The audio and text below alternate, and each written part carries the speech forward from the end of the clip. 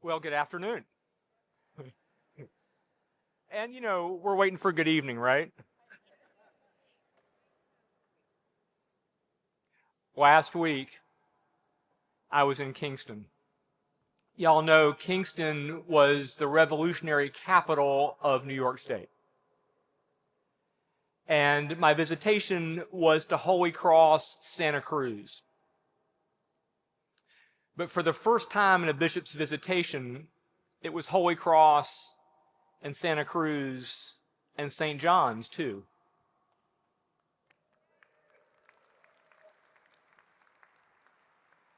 St. John's was founded in 1832, and Bishop Manning went to consecrate the current structure, a beautiful stone church, about 100 years ago.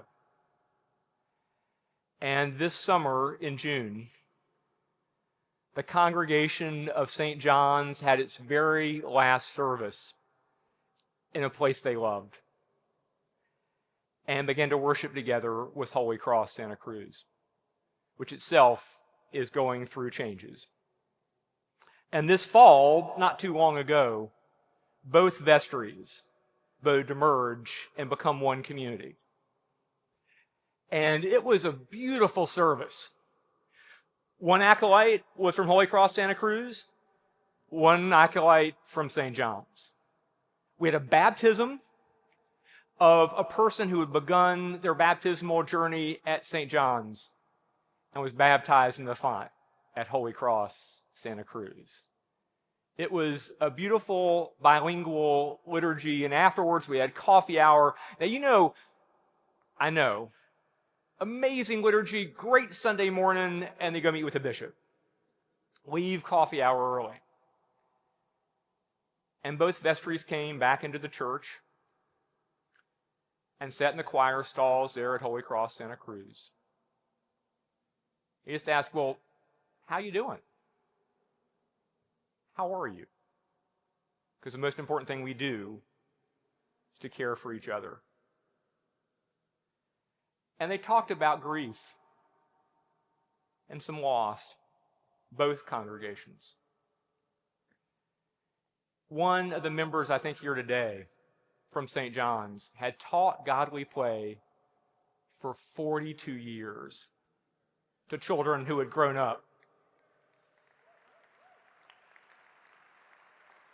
Leah. Who had taught godly play to children who had grown up at St. John's for a generation. So grief and loss, but also hope and possibility and new life. Will the folks here from Holy Cross Santa Cruz and St. John's please stand for a moment?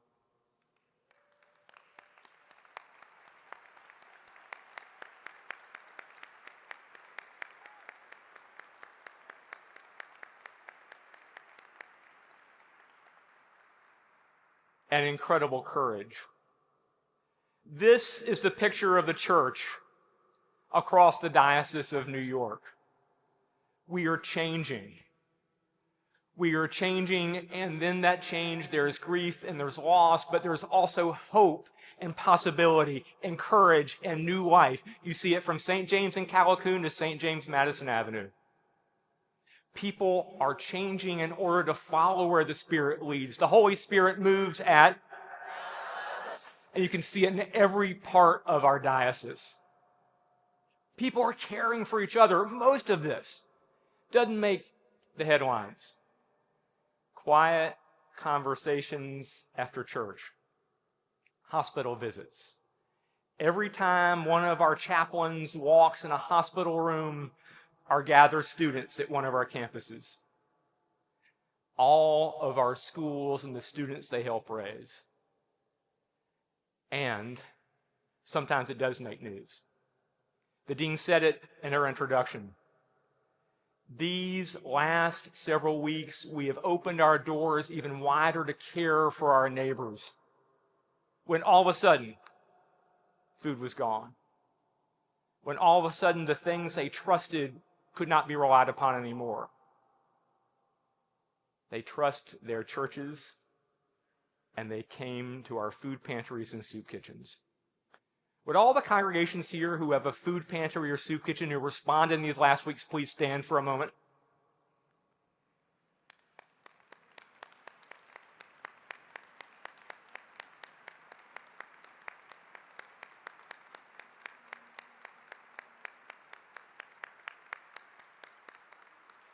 Because sometimes our care for each other is front page news when we are sanctuary to those our government's targeting. When we open our doors and have a safe place, places of safe belonging, that is front page news, and it absolutely is the gospel of Jesus Christ. And in every part of our diocese, we are growing on Sunday mornings and over 7 days. You can feel it, the way people are responding to the Spirit in their communities. It's just amazing. So a couple weeks ago, I got the privilege of installing Meredith Sanderson as rector of St. James in Hyde Park.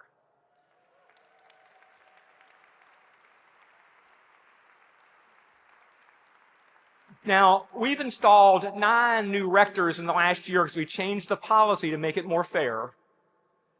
But we just didn't install Meredith. We had baptisms and receptions and confirmations. We ran out of the sacraments. That's how it is in every part of our diocese. 70 baptisms on Pentecost at Trinity Church, Wall Street.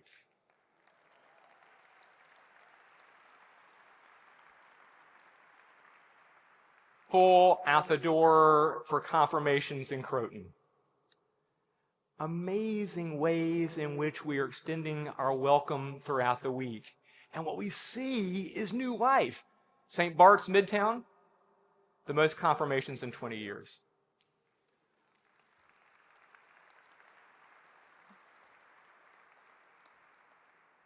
Growth is meant to be an indication of where the Spirit's moving. And not only are we growing, we're reimagining.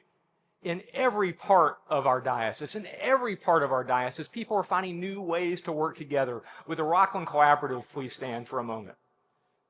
The congregations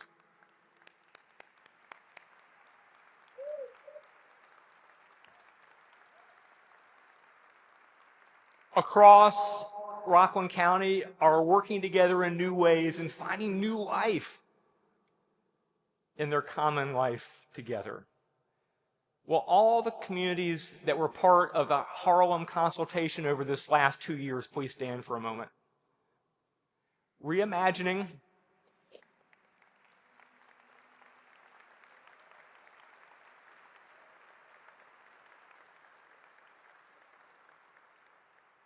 every part of our diocese, imagining together things that we couldn't have seen before, that we can only see because we work together in our common lives. And there are times, well, it's really hard. But our life in Christ is life and death and resurrection. And sometimes we let go. 2 Saturdays ago on All Saints, Canon Newton and Canon Conrado and I went to All Saints Staten Island and had the final service for a beautiful church. And in the service, it's a full church. We asked the people who had spent their lives at All Saints to please stand. And the community applauded their faithfulness and how much they'd offered back to each other and to all of Staten Island. And then we said, well, could everyone who's here from other congregations on Staten Island please stand? And the whole church stood up. Would Staten Island folks stand just for a moment? Amazing that day. Amazing that day. But it wasn't about that day, but about hard work to be together. And you think at these moments, at Holy Cross Santa Cruz, and at St. John's, and All Saints Staten Island, that maybe, just maybe, we can carry this together. And these moments, even the hard moments, what we feel and what we hear is new life because that is our life together in Christ. I've been looking this fall, we believe so deeply that we are made in the image and likeness of God. Everybody, full stop, no exceptions. And we, especially as Anglicans, have begun to preach and understand ourselves as walking around parts of Christ's incarnation. We seek and serve Christ in absolutely. How do those work together? What's given to us at our creation by God, inviolable and cannot be taken away. And what's given to us in the incarnation and our redemption, because that's what we see. That's why these things are happening across the diocese, because we are living image bearers of an incarnate God. And we know that's not just us, the cradle Episcopalians, the people his great-grandfather gave the light bulb. But everyone we meet, everyone we see in the world. Bishop Shin talked about so beautifully and so eloquently a crisis of belonging. We're meeting that crisis across our communities with a theology of belonging and what it means to see Christ in each other at a time when that feels even more countercultural than it did even a while back. Our people are being targeted. Our neighbors are being abducted. And we are and must stand up and respond.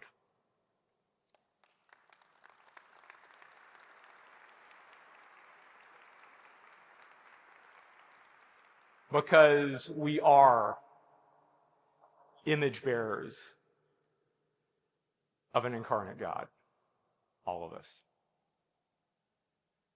It feels so joyful and so mystical to be out with you, to see this in our communities, and yet it's harder too. Does church feel harder now than it did a couple years ago? Do you feel that way? Do you feel like it's more of a struggle than it used to be? Do you think that struggle is worth it? Do we think that struggle is worth it? So what's holding us back?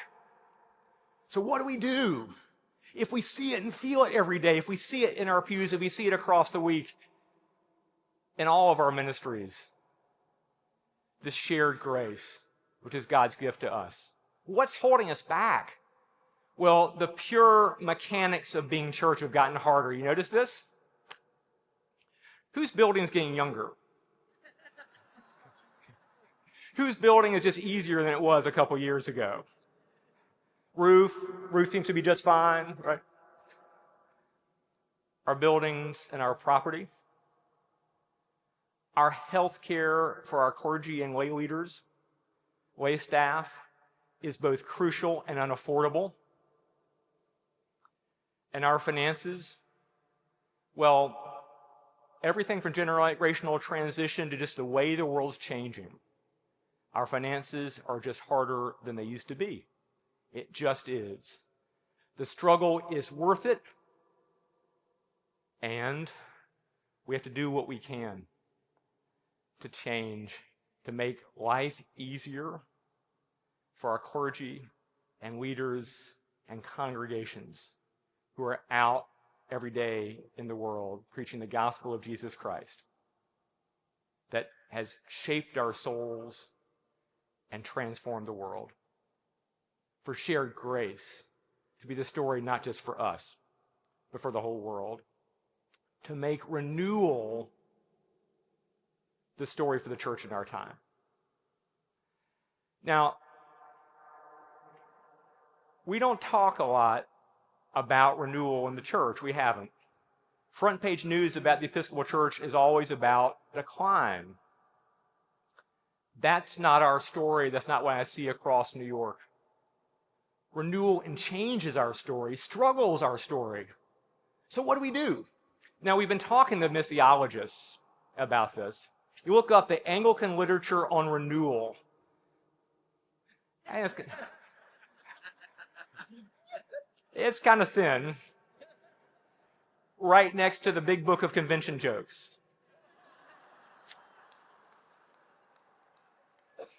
We talked to one great missiologist and said, what do we do? What do we do for renewal? And they said, no, you have to let it all die. No. Because the living image bearers of the incarnate God are all around us. God hasn't gone away. That obligates us to dedicate ourselves to renewal. So what do we do? Well, we're exploring this. And we're going to try some things together. I think there are 6 things.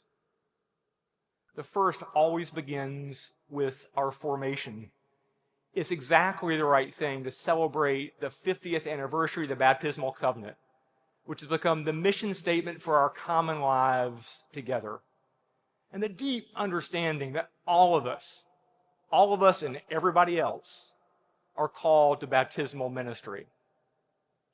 That's work we have to do together in all of our communities. We're all being formed by the Spirit every day. The question is how? The question is, what intentionality do we have around that formation? And how do we prepare folks who are called within their baptismal ministry to be deacons or priests? This year, we reported on a 20-year study of ordination of the Diocese of New York. And we know we need to do better to make the ordination process in New York caring and clear and equitable and Spirit-led. And so we're in the first stage of reforming the ordination process in the Diocese of New York to welcome the next generation of clergy into our common life. And we need more deacons.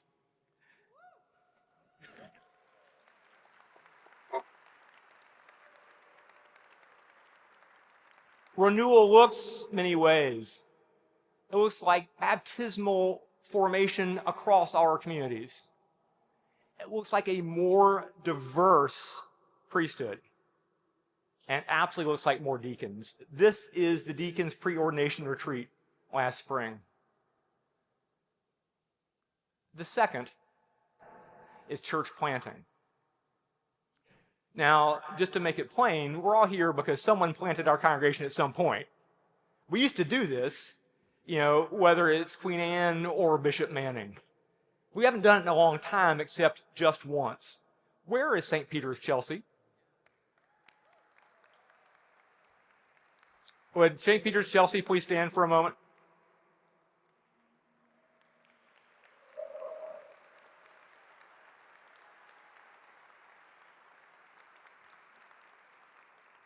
The amazing movement of the Spirit. Well, incredible, and we can do more. And so today we're committing ourselves to planting and replanting churches across the Diocese of New York, because we are life and death, and we are also resurrection. And there are possibilities for magnificent, vibrant Episcopal presence across all our communities. This is St. Peter's, Portchester. It was closed 5 years ago, and we're committing to replant a church in Portchester in the coming years.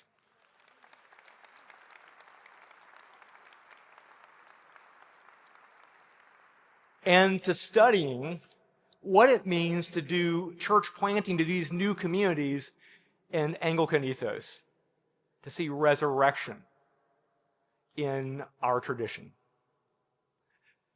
The third is growth. We are growing in communities of every size, in every region of the Diocese of New York, communities of every background. This summer, we invited 70 congregations to lunch or dinner who were growing. We missed some. And we heard their stories about what was happening within their communities. This is the first session from this summer's College for Congregational Development. So if you are part of CCD, please stand for a moment.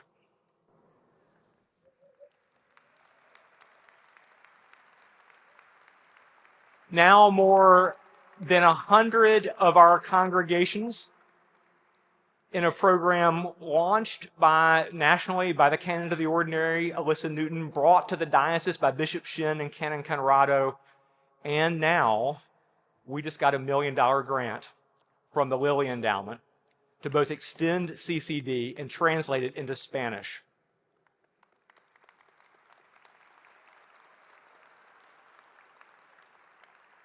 The last time we did something this big as a diocese, it was Carpenter's Kids. And that was 20 years ago. And this is the first time this community has taken on congregational development exactly this way. The next is stabilization. Because there is joy, and there is community, and there's struggle. And if we're going to live into the spirit that God's called us to follow, we have to get the obstacles out of the way. You know what they are. In fact, you've told us what they are. Property is one. So next year, in next year's budget, we have doubled the amount of property grants for congregations in the Diocese of New York.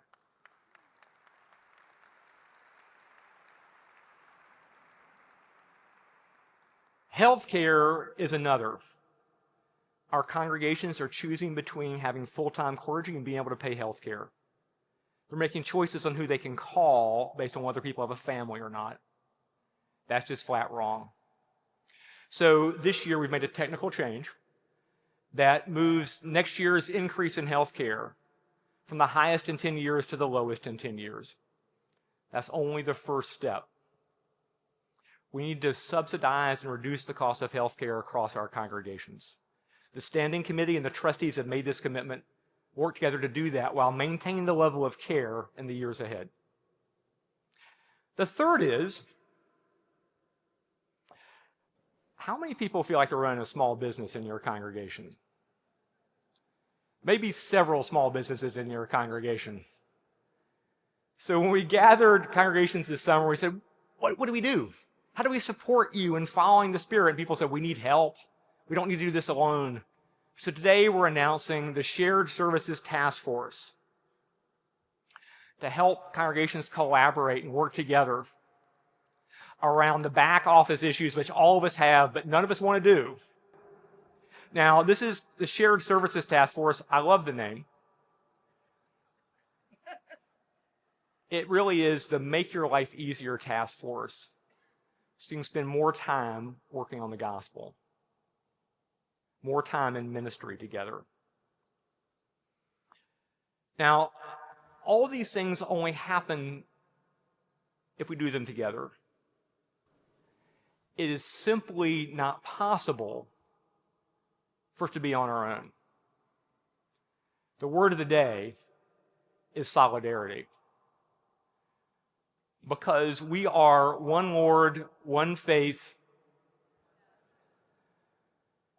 and we are together and one God and Father of all. Communion together is not a choice we make, is not an optional question. It is our common life because it's the shared grace of Jesus Christ. It simply is. And so as we confront the troubles of the world, the mayhem of the moment, so try to figure out how to do church in changing landscape, we can only do this together. It is caring for each other. It's an everyday ministry. Quiet phone calls between folks in congregations. It is the work of our deans and our clericals in gatherings. All the ways in which our pastoral fabric is woven more tightly together. And it's making sure our finances reflect our values and our understanding of our common life together. Now, 40 years ago, in this cathedral, we set the current apportioned share structure. A generation ago. It's been broken for a long time. Let me acknowledge today that the leadership of the diocese has broken faith because we knew it was unsustainable for many of our communities, and we didn't do anything about it. We also knew it wasn't being observed equitably. Didn't do anything about that either. And for all the faithfulness, we've broken faith with each other because we had a clear set of understandings that we didn't observe with each other. So a year ago, we made one of our mission priorities to imagine a new financial model that supported our local communities. And today we get to consider a common mission share that's meant to be fair and equitable and sustainable across all our congregations, all 172, across 10 counties. Everyone who's pursuing the joy of the gospel, everyone is struggling together. It's only together that all this is possible. Now, we used to have more categories. That was the 40 years ago solution, and that didn't seem to work. So now it's simpler. There are really two levels, 1% and 5.75. And about half of our diocese is in one, and half of our diocese is another. Now, it differs what folks pay based on how big you are. That's just what it is. That's why we call it common mission. And that's what fair and equitable means. Now, in terms of sustainable, we didn't generate this, the task force that came up with it didn't, from an idea, from a theory about church, but by carefully looking at what might be sustainable so all our local communities could follow the charisms of the Spirit where you are in your own neighborhoods. And we could do it together in our common mission and our common life. It's meant to be sustainable for everybody, and life or death for nobody. Solidarity is the word of the day that makes our life and work possible. Now today, we're also going to consider forgiving all the arrearages from past apportioned share payments. Having a Jubilee moment. Now, we've been working back and forth this week to get the spreadsheets exactly right. Our amazing 19th century accounting software, which we're working to update to bring it into 1932. I guarantee that some of the arrearages you've got on your tables aren't quite right. It's not about any one of us. It's about all of us. The arrearage forgiveness is reparations. For the longest time, the biggest places gotten forgiven. Our congregations of color did not. And today, whether we're big or small, whether we've always paid, and thank you, or whether because it's unsustainable we did not pay our portion share, we get to decide if we're letting all of it go. All of it go, the brokenness go, and starting over again together. Now let me just say, that's what we're voting on today. Those are the first steps. Don't you think our ministry matters more than just us? Don't you think because that's true, we should talk to the rest of the world about our mission and ministry? And try to find resources from outside our church for the mission ministry we do? So this year we appointed the first director of development in the history of the Diocese of New York to help us identify resources outside of our congregations. The common mission share is supposed to stabilize where we are. so we can do local ministry together, so we together can find resources out in the rest of the world, because that is the joy of the gospel we want to share. So much lies beyond our control. Oh, wait. Let me go back. There's one more. Witness.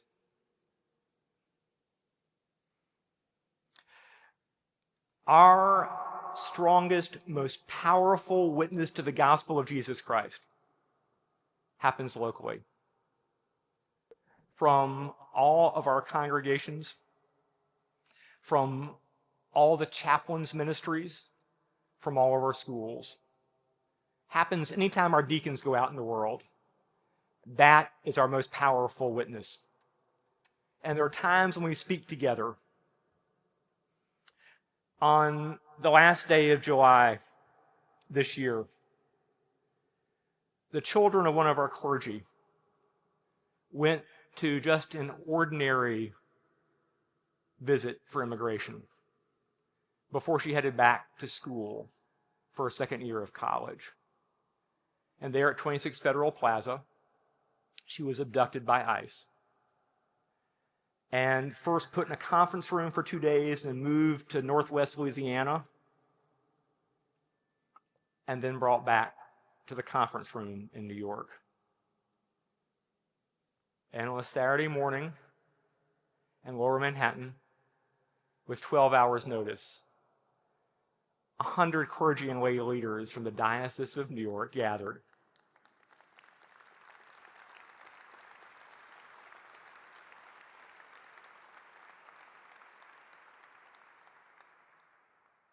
And Sue came home.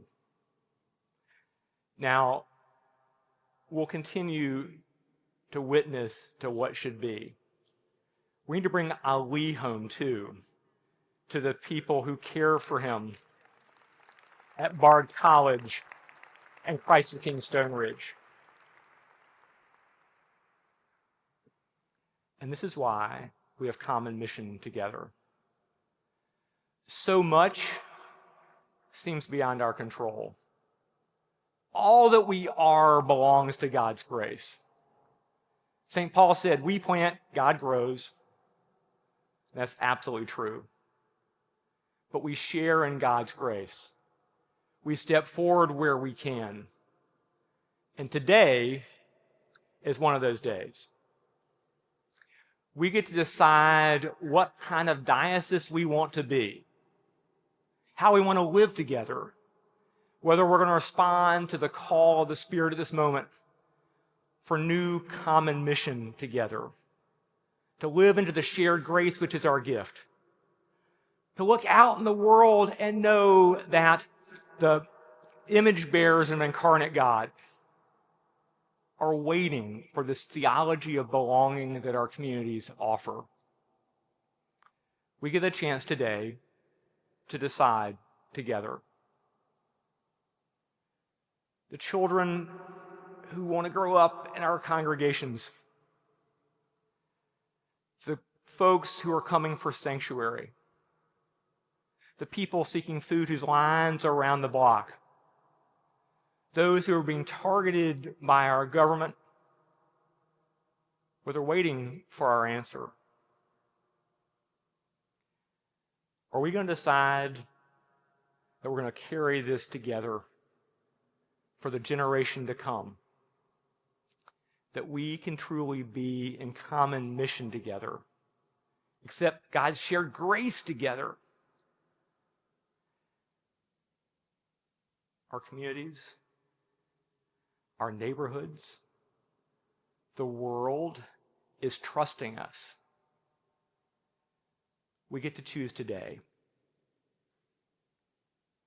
Are they right? May God bless the Diocese of New York and all of you.